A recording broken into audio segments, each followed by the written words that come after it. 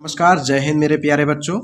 तो आज हम लोग सामाजिक विज्ञान में अर्थशास्त्र के अंतर्गत तीसरा अध्याय मुद्रा और साख के बारे में। औपचारिक ऋण सबसे अधिक किस वर्ग के लोगों को मिलता है? तो औपचारिक ऋण सबसे अधिक प्यारे बच्चों अमीर परिवार के लोगों को मिलता है। ठीक है।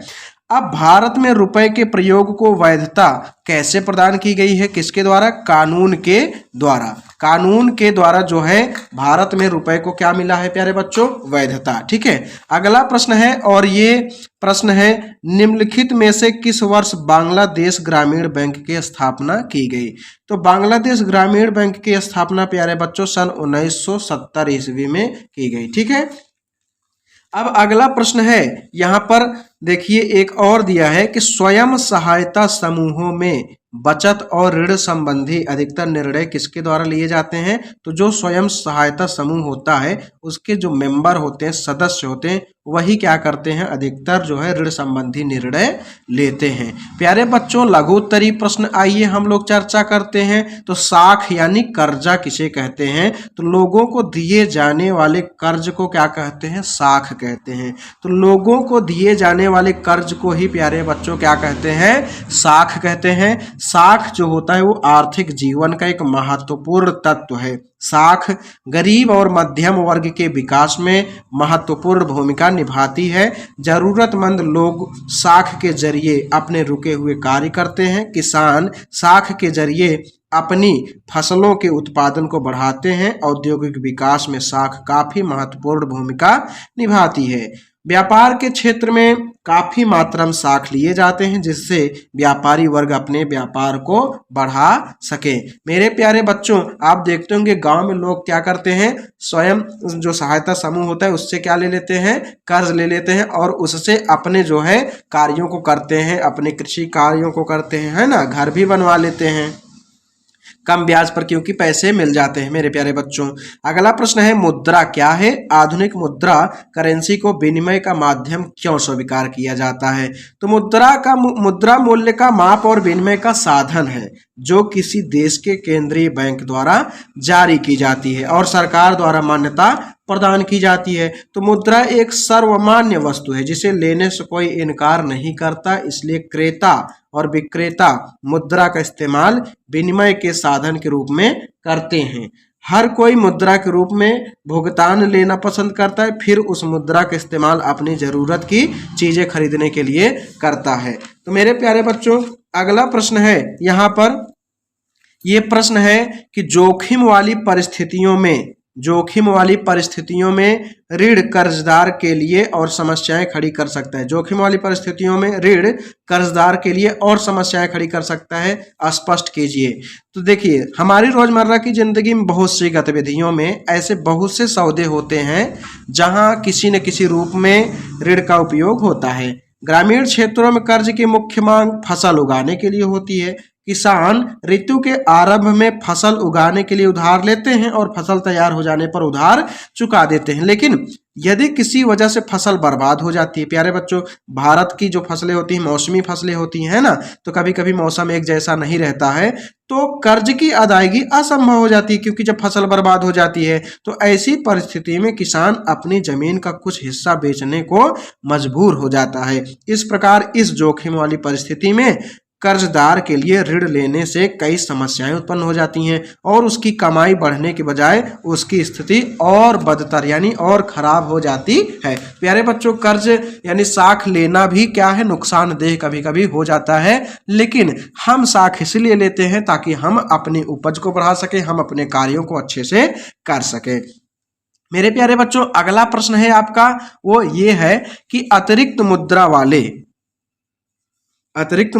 वाले लोगों और जरूरतमंद लोगों के बीच बैंक किस तरह मध्यस्थता करते हैं? तो देखिए तो अतिरिक्त मुद्रा वाले व्यक्ति अपनी मुद्रा को बैंकों में अपने नाम से खाता खोलकर जमा कर देते हैं। बैंक ये निक्षेप यानी जो निवेश होता है उसको स्वीकार करते हैं और इस पर सूद भी यानी उस पर ब्याज भी देते हैं। इस तरह लोगों की मुद्रा बैंकों के पास सेफ रहती है और इस पर जो हमको क्या मिलता है? ब्याज यानी सूद भी मिलता है। तो लोगों को इसमें से जब चाहे मुद्रा निकालने की भी सुविधा प्रदान की जाती है। बैंक इस जमा राशि का केवल 15% हिस्सा नकद के रूप में अपने पास रखते हैं, बाकी बैंक जो है जमा राशि के प्रमुख भाग को क्या कर देते हैं, कर्ज देने के लिए इस्तेमाल करते हैं। तो विभिन्न आर्थिक गतिविधियों के लिए कर्ज की बहुत मांग रहती है। बैंक लोगों को कर्ज देता है और उन पर ब्याज लगाता है। इस प्रकार बैंक दो गुटों के बीच क्या करता है, एक मध्यस्थता का, यानी एक तरह से प्यारे बच्चों मीडिएटर का काम करते हैं, है ना। यानी कि जिनको पैसा चाहिए उनको भी मिल जाता है और जिनको जमा करना चाहिए उनको भी जो है अपना पैसा सेफ रखा रहता है, जब चाहे तब बैंक से अपने पैसे को निकाल सकते हैं। अगला है आरबीआई, यानी भारतीय रिजर्व बैंक अन्य बैंकों की गतिविधियों पर किस तरह नजर रखता है, ये जरूरी भी क्यों है, ये भी कह रहा है। तो एनसीईआरटी का क्वेश्चन है, महत्वपूर्ण प्रश्न है प्यारे बच्चों। तो भारत में भारतीय रिजर्व बैंक यानी आरबीआई केंद्रीय सरकार की तरफ से करेंसी नोट जारी करता है ना। पेपर में पूछता है कि करेंसी नोट जारी कौन करता है, तो प्यारे बच्चों कौन जारी करता है, आरबीआई। इसके साथ साथ यह अन्य बैंकों की गतिविधियों पर नजर रखता है। भारतीय रिजर्व बैंक ये देखता है कि बैंक वास्तव में नकद शेष बनाए हुए है कि नहीं।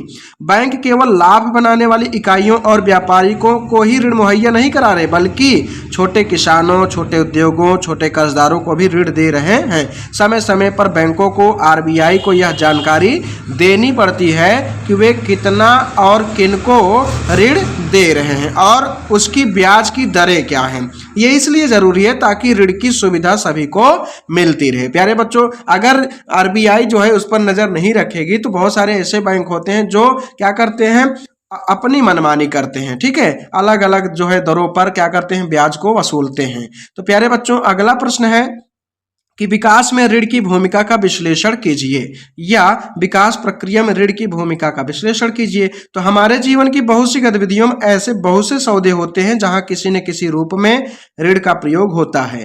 तो ऋण से हमारा तात्पर्य एक सहमति से है, जहां उधारदाता कर्जदार को धन, वस्तुएं या सेवाएं मुहैया कराता है और बदले में कर्जदार से भुगतान करने का वादा लेता है। ऋण उत्पादक की कार्यशील पूंजी की जरूरत को पूरा करता है, उसे उत्पादन के कार्यशील खर्चों और उत्पादन की समय पर खत्म करने में मदद करता है। इसके जरिए वह अपनी कमाई बढ़ा पाता है। इस स्थिति में ऋण एक महत्वपूर्ण और सकारात्मक भूमिका अदा करता है।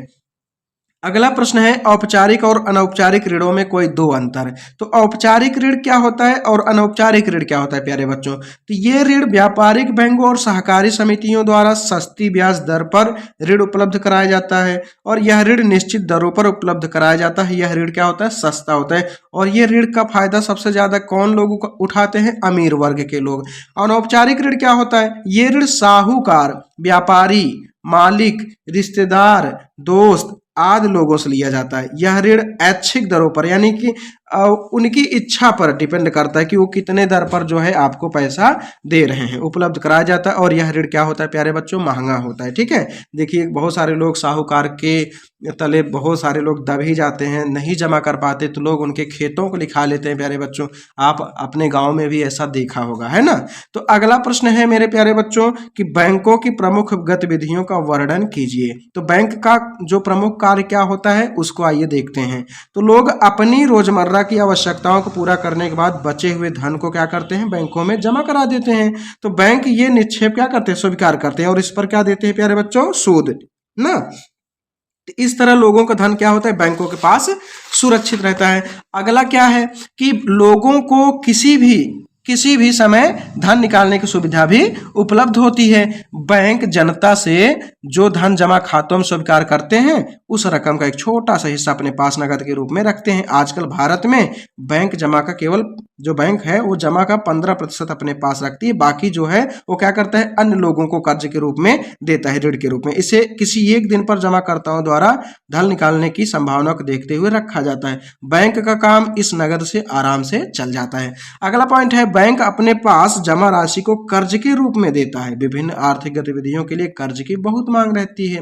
बैंक ऋण पर ब्याज लेता है। इस तरह बैंक दो गुटों के बीच क्या करता है, मध्यस्थता का काम करता है। एक गुट जिसके पास अतिरिक्त राशि है और दूसरा जिसे उस राशि की जरूरत है। तो बैंक से दोनों गुटों की आवश्यकताएं पूरी हो रही हैं।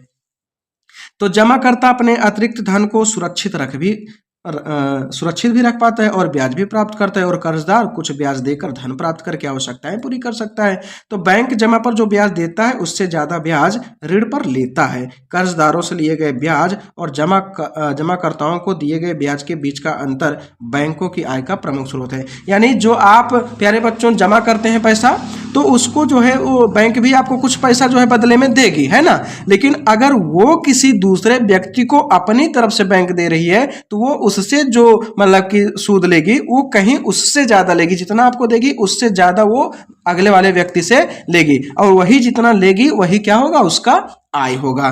तो इस प्रकार किसी देश की अर्थव्यवस्था के विकास में बैंकों की गतिविधियां एक महत्वपूर्ण भूमिका निभाती हैं।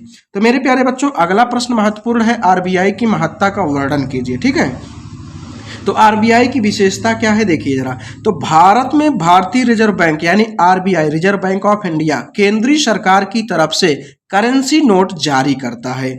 भारतीय कानून के अनुसार किसी व्यक्ति या संस्था को मुद्रा जारी करने की इजाजत नहीं है, यानी कोई और जो है मुद्रा को नहीं जारी कर सकता। भारत में कोई व्यक्ति कानूनी तौर पर रुपयों में अदायगी को अस्वीकार नहीं कर सकता। रुपए को व्यापक स्तर पर विनिमय का माध्यम स्वीकार किया गया है।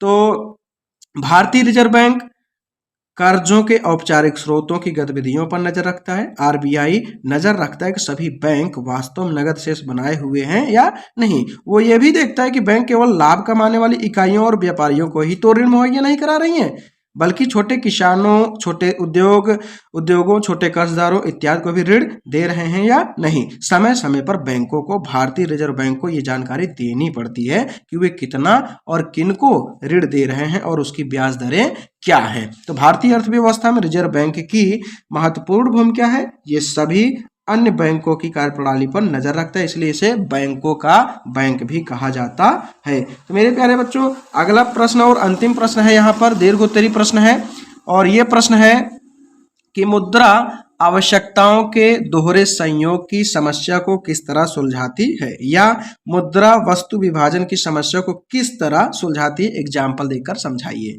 तो मुद्रा आवश्यकताओं के दोहरे संयोग की समस्या का सरलता से समाधान कर देती है, क्योंकि मुद्रा में सर्वग्राह्यता यानी हर कोई इसको क्या करता है, ग्रहण कर सकता है, उसका गुण पाया जाता है। इस कारण जो है मुद्रा विनिमय के माध्यम का कार्य करती है और वस्तुओं एवं सेवाओं के बदले सभी के द्वारा स्वीकार की जाती है। तो उदाहरण द्वारा स्पष्टीकरण हम कर सकते हैं। जैसे सर्वप्रथम ये समझना आवश्यक है कि दोहरे संयोग की समस्या क्या है। जैसे माना एक गेहूं विक्रेता गेहूं के बदले जूता खरीदना चाहता है। सबसे पहले गेहूं विक्रेता को ऐसे जूता निर्माता को ढूंढना होगा जो न केवल जूता बेचना चाहता हो बल्कि उसके बदले में गेहूं भी खरीदना चाहता हो, अर्थात दोनों पक्ष एक दूसरे से चीजें खरीदने और बेचने में सहमति रखते हो। तो इसे ही क्या कहते हैं, दोहरा संयोग। तो अर्थात एक व्यक्ति जो वस्तु बेचने की इच्छा रखता है और वही वस्तु दूसरा व्यक्ति खरीदने की भी इच्छा रखता हो। तो वस्तु विनिमय प्रणाली में जहां मुद्रा का उपयोग किए बिना वस्तुओं का विनिमय होता है, आवश्यकताओं का दोहरा संयोग होना अनिवार्य विशिष्टता है, किंतु साथ ही दोहरे संयोग का मिलना एक महत्वपूर्ण कठिनाई भी है, और ऐसा बहुत ही कम हो पाता है। भाई हमको अगर क्या है कि हम चाहते हैं, हमारे पास धान है, हम किसी को धान दे करके चाहते हैं कि हमको जो है क्या मिल जाए, कोई कपड़ा मिल जाए, और अब वो दुकानदार पता नहीं ऐसा चाहेगा कि नहीं कि हमको धान चाहिए और मैं कपड़ा उसके बदले में दे दूं, है ना। तो ऐसा मिलना जो है क्या है, पॉसिबल कम है। तो मुद्रा इस कठिनाई का निराकरण करती है कि नहीं। तो मुद्रा क्या करती है, इस कठिनाई के निराकरण करती है कि हम अपने धान को किसी के यहाँ बेच देंगे और उससे जो पैसा मिलेगा हम उससे कपड़ा खरीद लेंगे, और कपड़ा खरीदने वाले को अगर किसी चीज की जरूरत होगी तो वो किसी और के यहाँ से अपना खरीद लेगा। तो मुद्रा महत्वपूर्ण मध्यवर्ती भूमिका अदा करके आवश्यकताओं के दोहरे संयोग की आवश्यकता को समाप्त कर देती है। अतः अब गेहूं विक्रेता के लिए यह आवश्यक नहीं है कि वह ऐसे जूता निर्माता को ढूंढे जो न केवल उसका गेहूं खरीदे बल्कि साथ साथ वह उसको जूते भी बेचे। तो वह किसी भी क्रेता को मुद्रा के बदले गेहूं बेच सकता है और प्राप्त मुद्रा से किसी भी जूता निर्माता से जूता खरीद सकता है। प्यारे बच्चों ये वीडियो बहुत छोटा सा रहा, मुझे आशा है कि ये वीडियो आपको बेहद पसंद आया होगा। प्यारे बच्चों अब अगला चैप्टर मैं जल्द ही अपलोड करूंगा और वो चौथा चैप्टर होगा वैश्वीकरण और भारतीय अर्थव्यवस्था। आप अच्छे से वीडियो में लगे रहें, शुरू से अंत तक देखते रहें, और कोई सुझाव हो प्यारे बच्चों तो वो सुझाव हमको देते रहें। तब तक के लिए जय हिंद, जय भारत माता।